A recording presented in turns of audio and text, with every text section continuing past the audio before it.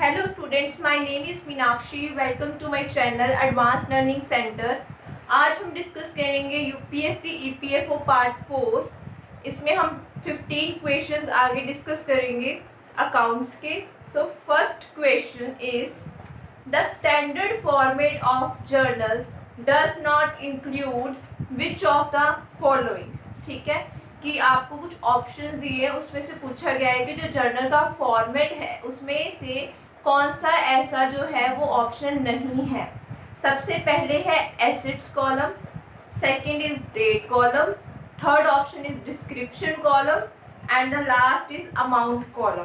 तो इस क्वेश्चन में पूछा गया था कि कौन सा ऐसा है जो कॉलम नहीं है जर्नल के फॉर्मेट में. तो इसमें सबसे पहले आपको पता ही है कि डेट कॉलम आएगा. अगर मैं फॉर्मेट की बात करूँ सबसे पहले आता है डेट कॉलम. ठीक है, उसके बाद आता है पर्टिकुलर्स, पर्टिकुलर्स के बाद आता है लेजर फोलियो. ठीक है, लेजर फोलियो. और उसके बाद आता है डेबिट यानी कि अमाउंट, डेबिट और क्रेडिट अमाउंट.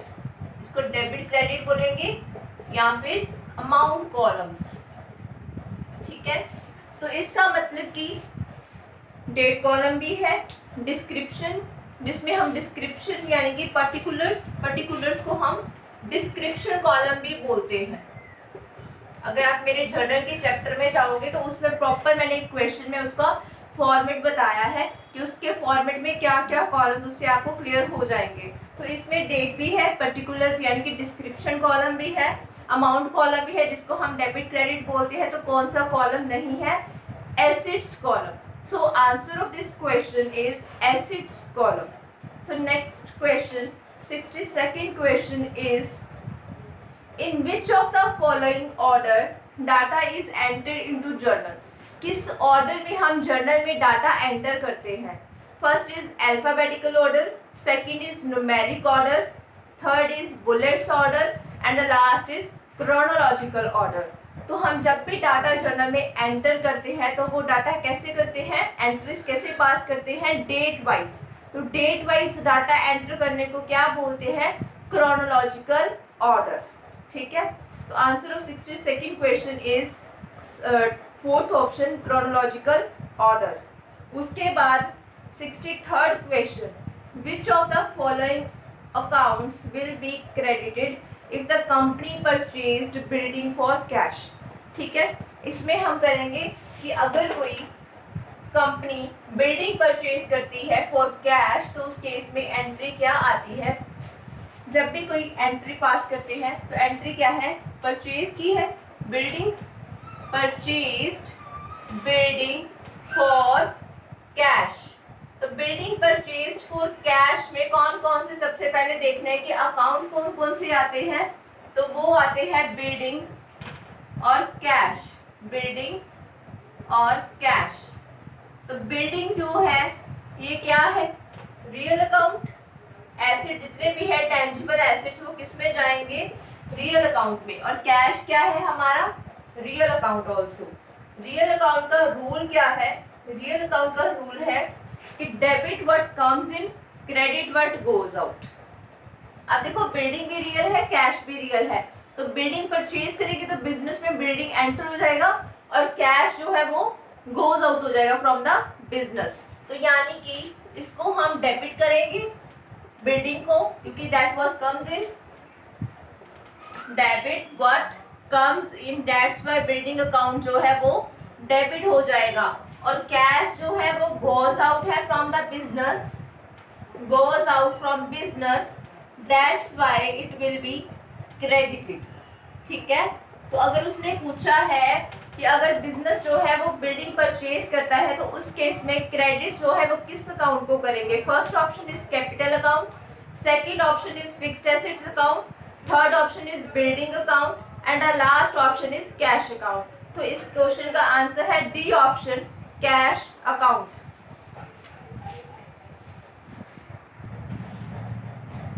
तो इस केस में आंसर क्या आएगा? इस केस में आंसर आएगा cash account. Fourth option is cash account. उसके बाद 65th क्वेश्चन, 65th क्वेश्चन कहता है sales on credit is recorded in which of the following, sorry सबसे पहले 64th क्वेश्चन करेंगे। 64th क्वेश्चन है discount for quick repayment of debt is normally refer to as. अगर मैं गुड्स परचेज करती हूँ तो गुड्स परचेज करके अगर मैं उसी टाइम पे पेमेंट कर देती हूँ तो उसमें अगर मुझे कौन सा डिस्काउंट मिलता है तो वो डिस्काउंट क्या है, डेट इज, सपोज मैं किसी शॉप में गई और अगर मैं उसको उसी टाइम पे पेमेंट कर देती हूँ जिसको हम बोलते हैं प्रॉम्प्ट पेमेंट, इमीडिएट पेमेंट, तो यानी कि उस केस में जो शॉपकीपर है वो अपने कस्टमर को कौन सा डिस्काउंट प्रोवाइड करता है on the prompt payment, immediate payment, that discount is called as cash discount. So answer of this question is C option, cash discount। अगर तो दो तरह के डिस्काउंट्स आते हैं, डिस्काउंट्स पता है ये क्या है, अगर हम किसी भी शॉपिंग करते हैं तो हमें डिस्काउंट्स मिलते हैं, ठीक है, जैसे एक के साथ एक फ्री, 4 के साथ 2 फ्री, ठीक है। जैसे हम सॉप परचेज करते हैं तो अगर हमें 4 सॉप्स मिलती है तो उसके साथ एक जो है वो फ्री मिलती है, ठीक है, तो वो क्या है, एज ए डिस्काउंट हम ट्रीट करते हैं, ठीक है। अगर हम बोले जो मैन्युफैक्चरर जो है डिस्काउंट प्रोवाइड करता है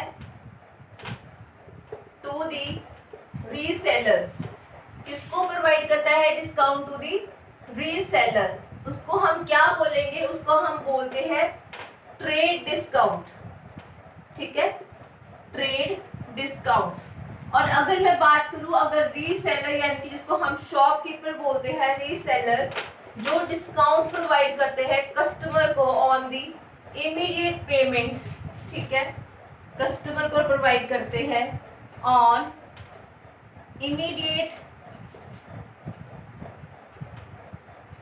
पेमेंट, ठीक है, उसको क्या बोलते हैं, उस डिस्काउंट को बोलते हैं कैश डिस्काउंट।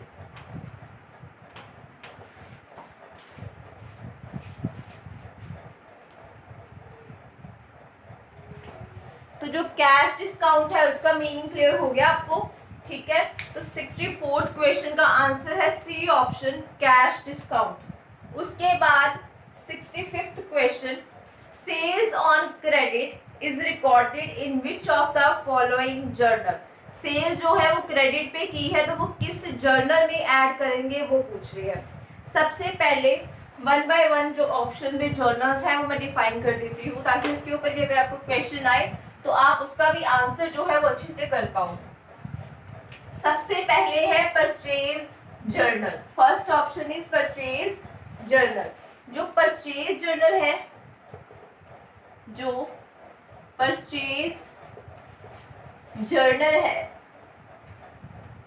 परचेज जर्नल में हम वो सारी एंट्रीज एंटर करते हैं जो कि क्रेडिट परचेजेस हैं, जो कि क्रेडिट परचेजेस है। जितनी भी क्रेडिट परचेजेस है वो हम कहाँ नोट करेंगे, परचेजेस जर्नल में। उसके बाद है सेल्स जर्नल, ठीक है, सेल्स जर्नल। जितनी भी क्रेडिट सेल्स है, जितनी भी क्रेडिट सेल्स है वो हम कहाँ नोट करेंगे, सेल्स जर्नल में। उसके बाद परचेज रिटर्न जर्नल और सेल्स रिटर्न जर्नल। जो भी क्रेडिट में परचेज या सेल्स की जाती है जब उनको रिटर्न कर देते हैं उनको हम किस में नोट करते हैं, परचेज रिटर्न में। अगर हम सपोज किसी ने मेरे से मैंने किसी से परचेज की और मैंने परचेजेस रिटर्न जो है वो किस में शो करनी है, परचेजेस रिटर्न में। और जो सेल्स रिटर्न है, सेल्स रिटर्न को मैंने कहाँ नोट करना है, सेल्स रिटर्न जर्नल में, ठीक है। तो पता लग गया। अगर उसने बोला है कि sales on credit is recorded in which of the following journal, तो उसको किस जर्नल में नोट करेंगे, उसको हम नोट करेंगे सेल्स जर्नल में, यानी कि बी ऑप्शन, सेल्स जर्नल। उसके बाद है 66 question, merchandise. What is merchandise? तो मर्केंडाइज को हम बोलते हैं गुड्स, ठीक है। मर्केंडाइज का मीनिंग है goods, stock. Merchandise stolen by someone, किसी ने चोरी कर लिया गुड्स को, ठीक है। Merchandise stolen by someone should be debited to. ठीक है, पहले तो स्टॉलन की जो थेफ्ट है उसकी एंट्री क्या है वो पास करते हैं, तो उसमें ये देखना है कि डेबिट किसको करते हैं।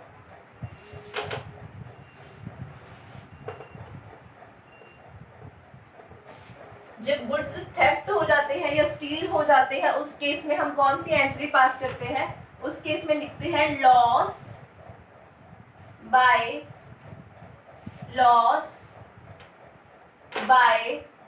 Theft, loss by theft debited to purchases account, जो गुड्स जो है वह लॉस हो जाते हैं बाय थेफ्ट, इसका नरेशन लिखेंगे बीइंग गुड्स स्टॉलन, रुपीज जितना भी उसका अमाउंट है। ठीक है, तो ये थी थेफ्ट की एंट्री। तो डेबिटेड जो है जब स्टोर हो जाते हैं गुड्स या मर्केंडाइज, तो उस केस में डेबिट किसको करते हैं, लॉस बाय थेफ्ट अकाउंट। तो यानी कि इस क्वेश्चन का आंसर है C option, loss by theft account. उसके बाद 67th question, the day book is another name of, जो डे बुक है वो किसको बोला जाता है, first option is ledger, second is cash book, third is passbook and last is journal. तो जो डे बुक है यानी कि डेली बेसिस पे जिसमें हम ट्रांजैक्शंस नोट करते हैं, डेली बेसिस में जो बिजनेस ट्रांजैक्शन जो है वो रिकॉर्ड की जाती है उसको बोला जाता है day book is the another name of journal. तो इसका आंसर है डी ऑप्शन, जर्नल। उसके बाद 68th question, the discount which is calculated on the list price of goods, वो डिस्काउंट जो कि लिस्ट प्राइस जो गुड्स का है उसमें जो कैलकुलेट किया जाता है उस डिस्काउंट को क्या बोलते हैं, उस डिस्काउंट को बोलते हैं trade discount. The discount which is calculated on the list price of the goods that is called as a trade discount. ठीक है, और कैश डिस्काउंट तो मैंने बताया ही कि जो प्रॉम्प्ट पेमेंट करते हैं कस्टमर्स, इमीडिएट पेमेंट करते हैं, तब हम जो शॉपकीपर्स है वो प्रोवाइड करते हैं डिस्काउंट, उस डिस्काउंट को बोला जाता है कैश डिस्काउंट। वो जनरली इसलिए प्रोवाइड किया जाता है कि ताकि जल्दी से जल्दी लोग जो है वो पैसा जो है वो वापस कर दे, हमें बैड डेट्स ना हो। ठीक है, उसके बाद a written explanation below each journal entry, जब भी हम कोई जर्नल एंट्री पास करते हैं, ये जो डिस्क्रिप्शन दी जाती है बिलो द एंट्री, उसको हम क्या बोलते हैं, उसको हम बोलते हैं नरेशन। ठीक है, तो इस क्वेश्चन का आंसर है नरेशन, सी ऑप्शन। उसके बाद 70th question, a journal entry that involves more than 2 accounts, जो एंट्री मोर देन 2 अकाउंट जिसमें मल्टीपल डेबिट्स और मल्टीपल क्रेडिट्स है, उस एंट्री को क्या बोलते हैं। First option is double entry, no double entry नहीं बोलते। सेकंड इज कंपाउंड एंट्री, बिल्कुल। जब भी मल्टीपल डेबिट और क्रेडिट किए जाते हैं या मोर देन 1 अकाउंट, जब मोर देन 2 अकाउंट्स इन्वॉल्व हो किसी एंट्री में, तो हम उसको क्या बोलते हैं, compound entry. B option is answer. 71st question, a journal is also called, journal को और क्या कहते हैं। एक तो डे बुक बता दिया कि जर्नल को डे बुक भी बोलते हैं, और इसका अनदर नेम है book of original entry. So journal जो है, जर्नल, इसके 2 नेम पता चले, एक तो डे बुक और दूसरा है बुक ऑफ ओरिजिनल एंट्री। ठीक है, बुक ऑफ ओरिजिनल एंट्री।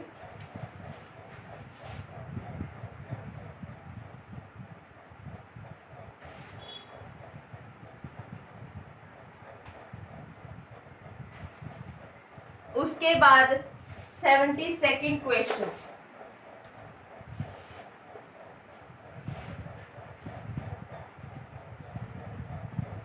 उसके बाद 72nd क्वेश्चन है, the process of recording business transaction in a chronological order. जब हम बिजनेस ट्रांजैक्शन को रिकॉर्ड करते हैं क्रोनोलॉजिकल ऑर्डर में उसको क्या कहते हैं? First is recording, second is posting, third is journalising, fourth is classifying. सबसे पहले रिकॉर्डिंग तो बोलते नहीं है इस प्रोसेस को। रिकॉर्डिंग का मतलब ट्रांजैक्शंस को नोट करना, ठीक है। पोस्टिंग का मतलब जब हम जर्नल से लेजर में ट्रांसफर करते हैं उस प्रोसेस को बोलते हैं पोस्टिंग। जब भी हम जर्नल से ट्रांजैक्शंस को ट्रांसफर करते हैं लेजर में, ठीक है, तो इस प्रोसेस को क्या बोलते हैं? पोस्टिंग, ठीक है।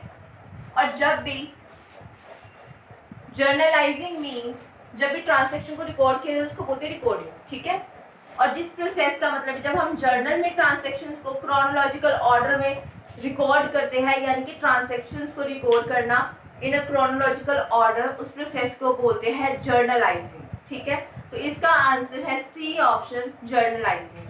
क्लासिफाइंग का मतलब है जब हम लेजर्स को प्रिपेयर करते हैं, जब हम ट्रांजैक्शन जो है लेजर्स प्रिपेयर करते हैं, अलग अलग सेपरेट अकाउंट्स जो है वो प्रिपेयर करते हैं हर एक का, उसको हम बोलते हैं क्लासिफाई करना, ठीक है।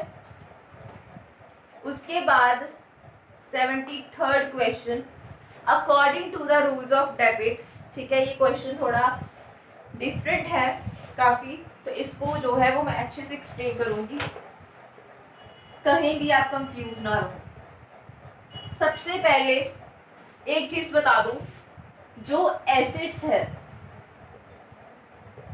वो हमेशा डेबिट होते हैं। जब भी हम परचेज करते हैं तो क्या होता है? उसका बैलेंस डेबिट। बिल्डिंग हो, लैंड हो, प्लांट एंड मशीनरी हो, तो क्या करते हैं? बिजनेस में आता है तो वो डेबिट होता है। तो एसेट्स को हम क्या बोलते हैं कि वो डेबिट है।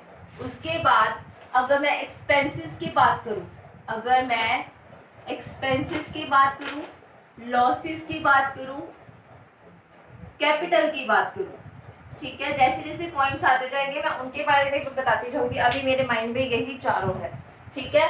तो एसेट जो है वो आ जाएंगे डेबिट। अगर मैं एक्सपेंसेस की बात करूं तो एक्सपेंसेस भी डेबिट होते हैं, वो पढ़ा है रूल। नॉमिनल अकाउंट में क्या करते हैं? Debit all losses and expenses. तो इसी के हिसाब से लॉसेस भी क्या होते हैं? डेबिट। और अगर मैं कैपिटल की बात करूं, कैपिटल का जनरली बैलेंस होता है क्रेडिट।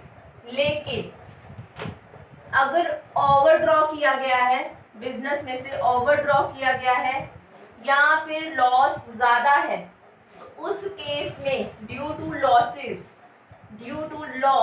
या due to losses debit balance होता है।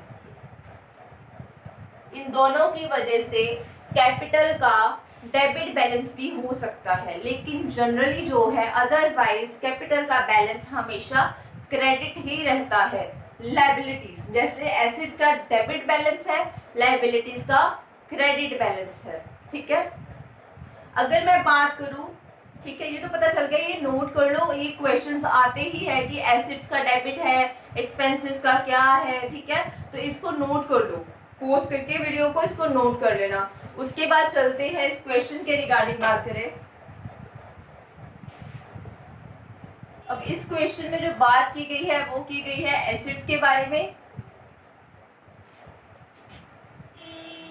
एसेट्स के बारे में, लायबिलिटीज के बारे में और ऑनर्स के इक्विटी के बारे में। अब देखो एसेट्स जो है, पहले एसेट्स की बात करते हैं। एसेट्स का मैंने बताया था क्या है? डेबिट बैलेंस, ठीक है। एसेट्स का जनरली डेबिट बैलेंस है। अगर इसमें इंक्रीज होगा, अगर इसमें इंक्रीज होगा तो एसेट्स डेबिट ही रहेंगे, ठीक है। इंक्रीज जो है वो किसको लीड करता है? डेबिट को, ठीक है। अगर एसेट्स में डिक्रीज होगा, रिड्यूस होगा या डिक्रीज होगा तो आ जाएगा क्रेडिट। अगर डिक्रीज होगा तो वो एसेट जो है वो क्या हो जाएगा? क्रेडिट। ऐसे ही लायबिलिटीज, लायबिलिटीज का जनरली बैलेंस क्या है, यानी कि लायबिलिटीज को क्या करते हैं? क्रेडिट। अगर तो इंक्रीज होगा, अगर तो इंक्रीज होगा तो वो क्या रहेगा? क्रेडिट। लेकिन अगर लायबिलिटीज में डिक्रीज होता है, डिक्रीज होता है तो वो क्या हो जाएंगे? डेबिट। समझ आई? ये कुछ इंपॉर्टेंट पॉइंट्स है। वैसे ही लायबिलिटीज और वैसे ही ऑनर्स इक्विटी, जिसको हम कैपिटल भी बोलते हैं, ऑनर्स इक्विटी और लायबिलिटीज, ठीक है। अब देखो इसमें कहता है, फर्स्ट देखो कहता है इंक्रीज इन एसेट्स लायबिलिटीज और honours equity recorded by debit. देखो इंक्रीज होगा एसेट्स में तो डेबिट ठीक है, लेकिन लायबिलिटीज में इंक्रीज होगा या ऑनर्स इक्विटी में इंक्रीज होगा तो वो क्रेडिट हो गए। So first option is wrong. Second is decrease in asset and liability. अब देखो डिक्रीज इन एसेट तो क्रेडिट होगा इस रूल के अकॉर्डिंगली, लेकिन अगर मैं लायबिलिटी की बात करूं उसमें इंक्रीज होगा तो वो क्रेडिट होगा, डिक्रीज जो है वो डेबिट होगा, ठीक है। तो ये भी गलत, ठीक है। दोनों पॉइंट्स जो है वो डिक्रीज इंक्रीज, वो दोनों जो है वो आपस में अगर कंपैटिबिलिटी होगी तभी वो ऑप्शन टिक होगा, ठीक है। उसके बाद थर्ड ऑप्शन है इंक्रीज इन एसेट, एसेट्स में इंक्रीज होगा। ऑनर्स इक्विटी में भी अब देखो इंक्रीज होगा तो दोनों ही जो है वो कॉम्प्लिकेट कर गए। अगर ऑनर इक्विटी इंक्रीज होगा तो वो क्रेडिट होगा ना कि डेबिट, ठीक है। अगर इंक्रीज होगा तो वो क्रेडिट होगा ना कि डेबिट, तो ये भी ऑप्शन गलत। उसके बाद डिक्रीज इन लायबिलिटी, अगर डिक्रीज होगा लायबिलिटी में तो क्या हो जाएगा, डेबिट, बिल्कुल सही। ऑनर्स इक्विटी में भी अगर डिक्रीज होगा तो वो भी क्या होगा, डेबिट। तो ये पॉइंट जो है वो आपस में मैच कर रहा था, यानी कि decrease in liability and owner's equity are recorded by debit. तो इसका आंसर क्या आ जाएगा, फोर्थ ऑप्शन डी, ठीक है। इस क्वेश्चन को एक बार फिर से सुनना कि कैसे मैंने बताया है। इस क्वेश्चन में थोड़ा टाइम लगेगा आपको, ठीक है। एक बार फिर से इसको सुनना, मैंने कैसे कैसे एक्सप्लेन किया है, आपको अच्छे से जो है वो पता लग जाएगा। उसके बाद 74th क्वेश्चन कहता है which of the following transaction occurs on daily basis in large scale business organisation. जो लार्ज स्केल बिजनेस ऑर्गेनाइजेशन है उनमें कौन सी ट्रांजैक्शन जो है वो डेली बेसिस पे होती है। सबसे पहले परचेज ऑफ इक्विपमेंट। अब देखो रोज रोज तो कोई एसेट जो है वो परचेज करेगा नहीं, ठीक है, तो ये तो डेली बेसिस पे ट्रांजैक्शन नहीं हुई। उसके बाद पे रोल, पे रोल मीन्स की नंबर ऑफ कितने एम्प्लॉयज की उसकी लिस्ट और उनको जो अमाउंट पे की जाती है वेजेस की उसको बोलते हैं पे रोल। तो वो भी मंथली या आफ्टर क्वार्टरली पे की जाती है, जनरली मंथली पे की जाती है वेजेस, ठीक है, और सैलरीज, तो ये भी डेली बेसिस पे नहीं की जाती। उसके बाद है क्रेडिट सेल्स और fourth option is payment of suppliers. Suppliers को भी रोज रोज नहीं पेमेंट करते, तो जो सेल्स है या सेल्स की अगर मैं बात करूँ, अगर मेरा बिजनेस है तो वो सेल्स करेंगे, तो बेसिकली जो डेली बेसिस पे है वो क्या होगी, क्रेडिट सेल्स। तो इसका आंसर है सी ऑप्शन। उसके बाद 75th sales made to Ahmed on credit should be debited to. जब भी हम सेल्स करते हैं, अगर मैं कैश की बात करूं, जब मैंने सेल की तो गुड्स में से जाएंगे, ठीक है, तो उस केस में एंट्री पास करेंगे। देखो जब मैं कैश पे सेल्स करती हूँ और जब मैं क्रेडिट पे करती हूँ, दोनों एक्सप्लेन कर रही हूँ मैं। जब हम कैश पे सेल करेंगे तो कैश आएगा बिजनेस में, तो कैश क्या हो जाएगा, कैश अकाउंट रियल अकाउंट है, तो कैश व्हाट कम्स इन, तो ये डेबिट होगा क्योंकि कैश बिजनेस में आ रहा है। टू सेल्स, सेल्स भी क्या है, रियल अकाउंट, तो गुड्स जो है वो बिजनेस में से जा रहे हैं, तो ये क्या हो जाएगा, क्रेडिट। अगर मैं कस्टमर को क्रेडिट पे सेल कर रही हूँ, जैसे ये है अहमद नाम है उसका, तो कैश के बदले में उसका आंसर आएगा Ahmad. Ahmad account debited to sales, तो इस केस में होता ये अकाउंट रिसीवेबल ही है, लेकिन अगर उस पर्सन का आपको नाम पता है तो उसको हम कहाँ शो करेंगे, उसके नेम के अंदर। फर्स्ट अकाउंट रिसीवेबल होता तो यही, लेकिन बाकी ऑप्शन भी देखेंगे अभी। कैश तो आएगा नहीं, सेल्स भी नहीं आएगा, सेल्स तो क्रेडिट है, तो डेबिट करेंगे अकाउंट रिसीवेबल अहमद। अहमद का अकाउंट डेबिट होगा, तो इसका आंसर है सी ऑप्शन, ठीक है। तो ये थे आज के 15 क्वेश्चंस। आई होप आपको एक एक क्वेश्चन अच्छे से समझ आ गया होगा। So kindly subscribe, like and share my video and press bell icon to get all the notifications about my new videos. Thank you very much.